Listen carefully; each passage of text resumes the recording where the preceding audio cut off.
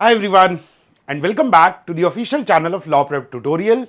And now let's start with our session, जहां पे हम डिस्कस करेंगे आज एक नए इंपॉर्टेंट बिल को जो इंट्रोड्यूस किया गया है for public comments, that is the draft registration bill. अब why this particular thing came into news, यही न्यूज में आया क्यों? देखो, प्रॉपर्टी से रिलेटेड ये हमारा पूरा का पूरा इशू है एंड प्रॉपर्टी को ट्रांसफर भी किया जा सकता है ना. और प्रॉपर्टी को ट्रांसफर करने के बहुत सारे तरीके हैं, जैसे सेल है, जैसे गिफ्ट है, जैसे लीज है, मॉर्टगेज है, and so on and so forth. There are multiple ways of transferring a particular property. But property के जब हैंड्स चेंज होते हैं तो अब कौन एक्चुअल ओनर है ये भी तो क्लियर होना चाहिए, ये भी तो पता होना चाहिए, right? So therefore, in order to identify the current or the real owner of the property, the registration of the property or the registration of the transfers of the property become very important. And हमारी country में अभी तक ये चीज govern होती थी registration act of 1908 से. ठीक है, this was actually govern by the registration act of 1908.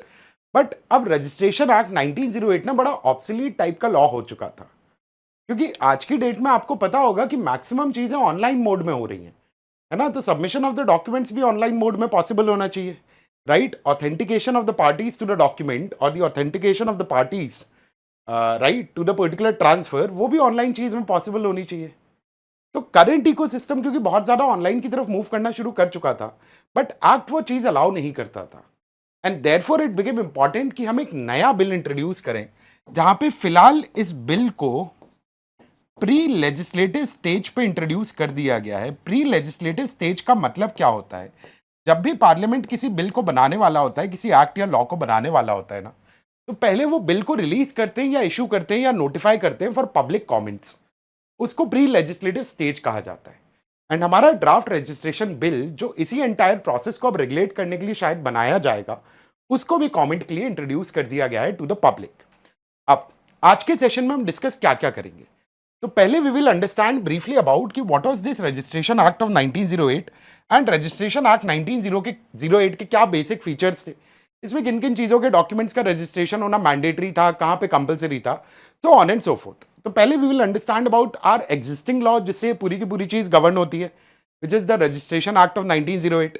Then the next thing we'll understand about will be the features of the draft registration bill of 2025.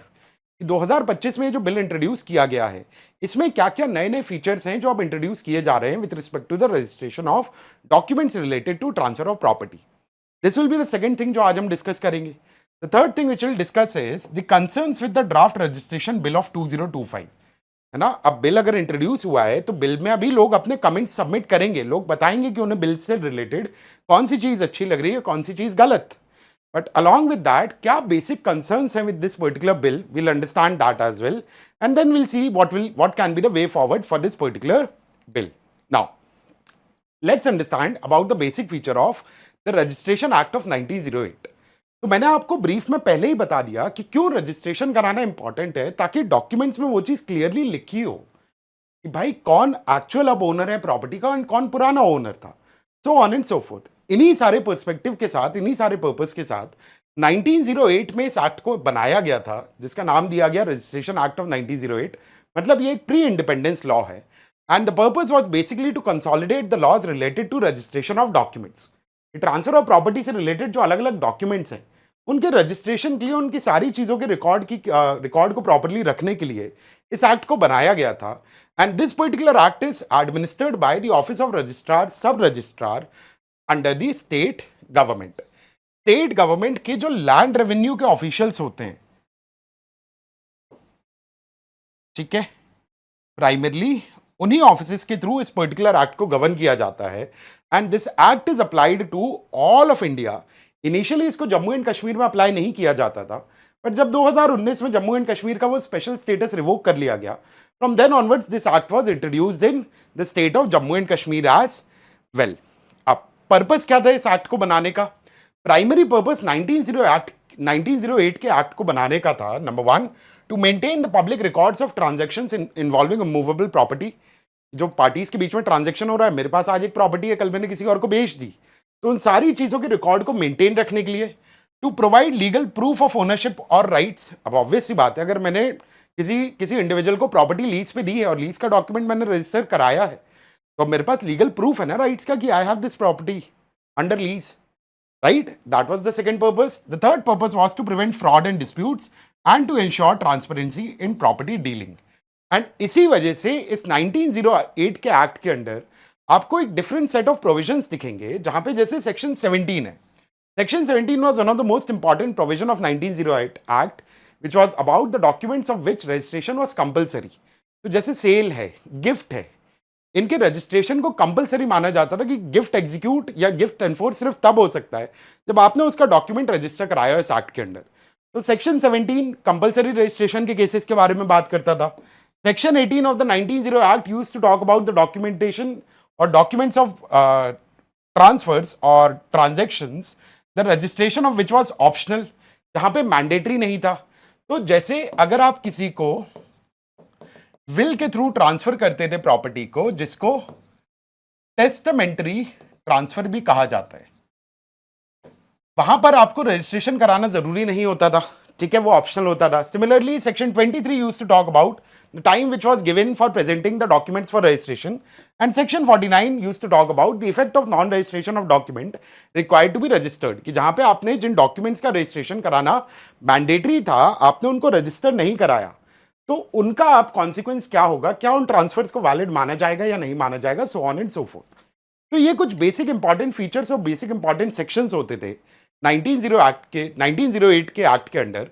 And 1908 के act के under जिन documents का compulsorily register होना जरूरी हुआ करता था, that included sale deed, gift deed, lease agreements which are beyond 1 year, then mortgage deed, partition deed, so on and so fourth.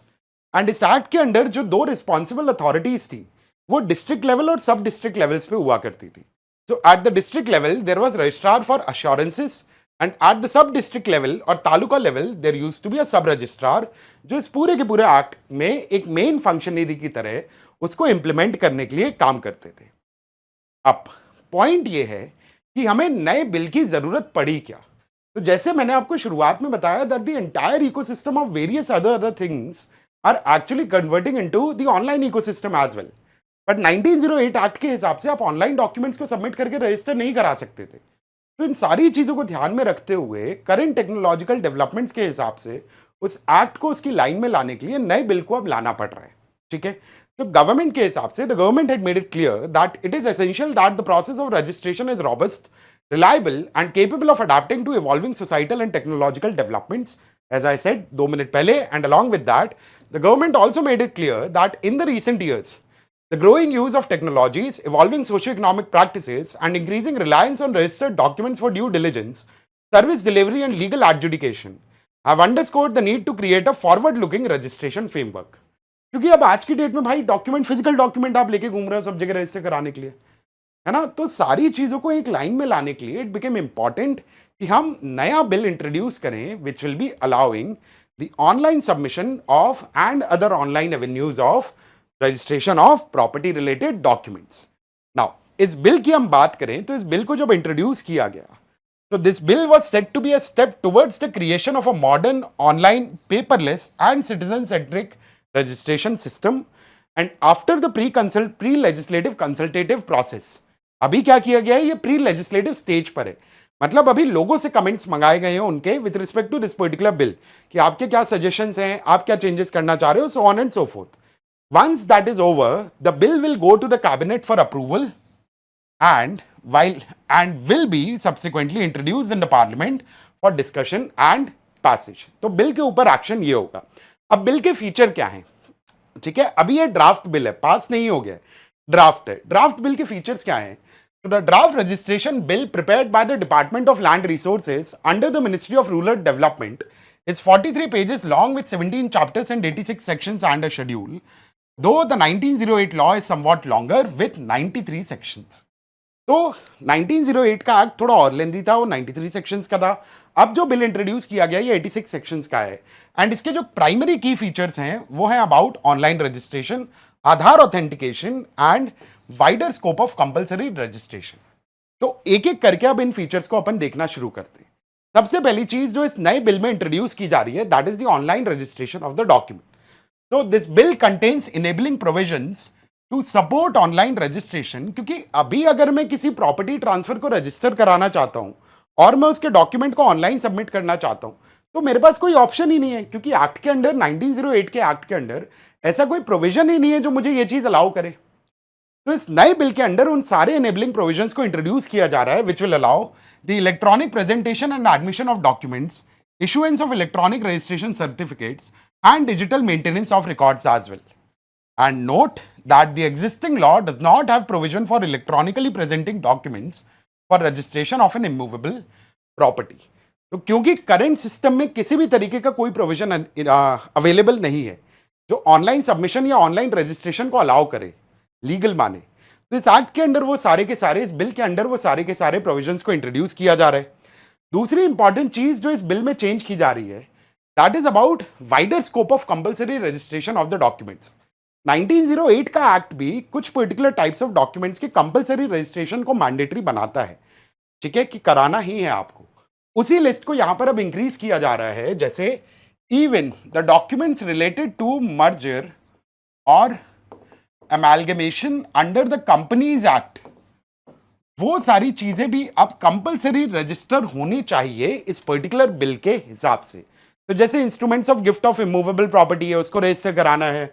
Other non testamentary instruments जिसमें किसी तरीके का कोई कंसिडरेशन इन्वॉल्व है और वो टेस्टमेंट्री नेचर के नहीं है, उनका रजिस्ट्रेशन होना बड़ा इंपॉर्टेंट है। Leases of immovable property from a year to year और for any term exceeding 1 year और रिजर्विंग अ ईयरली रेंट, इनका रजिस्ट्रेशन होना भी अब कंपलसरी कर दिया गया है। Then power of attorney authorising transfer of immovable property with और विदाउट कंसिडरेशन, जहां पे आपने किसी इंडिविजुअल को पावर ऑफ अटॉर्नी दे दी है for the transfer of your property, ठीक है, वो भी चीज रजिस्टर होनी चाहिए। मर्जर अमेलगमेशन के डॉक्यूमेंट्स रजिस्टर होने चाहिए। तो वो जो कंपलसरी रजिस्ट्रेशन का रिजीम था 1908 के एक्ट के अंडर, उसको और ज्यादा वाइडर किया जा रहा है इस एक्ट के साथ। And along with that, this act will also allow Aadhaar authentication of the parties which are involved in the transfer or transaction as well. कि आधार के थ्रू भी आप वेरिफिकेशन कर सकते हो पार्टीज का। अब देखो प्राइमरी कंसर्न है क्या इस एक्ट के साथ, क्योंकि अब बहुत सारी चीजें ऑनलाइन इकोसिस्टम के थ्रू आप करना चाह रहे हो। तो जो प्राइमरी कंसर्न है इस पॉइंट ऑफ टाइम पे with respect to the bill और the entire process is about the data security. So, with the maintenance of digital records, important information with regard to e-signatures will be maintained in a digital archive, which may require more robust cyber security system. तो cyber security यहां पर फिलहाल as of now primary concern की तरह इस bill के against निकल कर आता है। But perhaps this is one important step, this is one leap of faith which our country will have to take, क्योंकि रजिस्ट्रेशन ऑफ प्रॉपर्टी बहुत इंपॉर्टेंट चीज है। एंड उसके साथ साथ क्योंकि अब हर चीज आप ऑनलाइन कर सकते हो, तो रजिस्ट्रेशन ऑफ प्रॉपर्टी के डॉक्यूमेंट्स क्यों ऑनलाइन नहीं इशू हो सकते। And with this perspective only, in order to make the law क्या कहना चाहिए, अडेप्टेड ना, अडेप्टिव और adaptable to the needs of the time and the current situations of the time, government ने अब डिसाइड किया है कि नए बिल को इंट्रोड्यूस किया जाएगा। अभी प्री लेजिस्लेटिव स्टेज पर है, अभी लोगों के पास ऑप्शन है कि they can submit their comments और suggestions with respect to the bill. उसके बाद ये कहीं कैबिनेट अप्रूवल तक पहुंचेगा एंड सब्सिक्वेंटली फिर पार्लियामेंट में शायद इंट्रोड्यूस हो। But this was all about the new property registration law 2.0। I hope चीजें क्लियरली समझ में आ गई हो, है ना। सेशन अच्छा लगा हो तो do like the session as well. Rest, I will see you soon with another session. तब तक तबीयत वगैरह का ध्यान रखो, आराम से पढ़ाई करो, हम जल्दी मिलते हैं।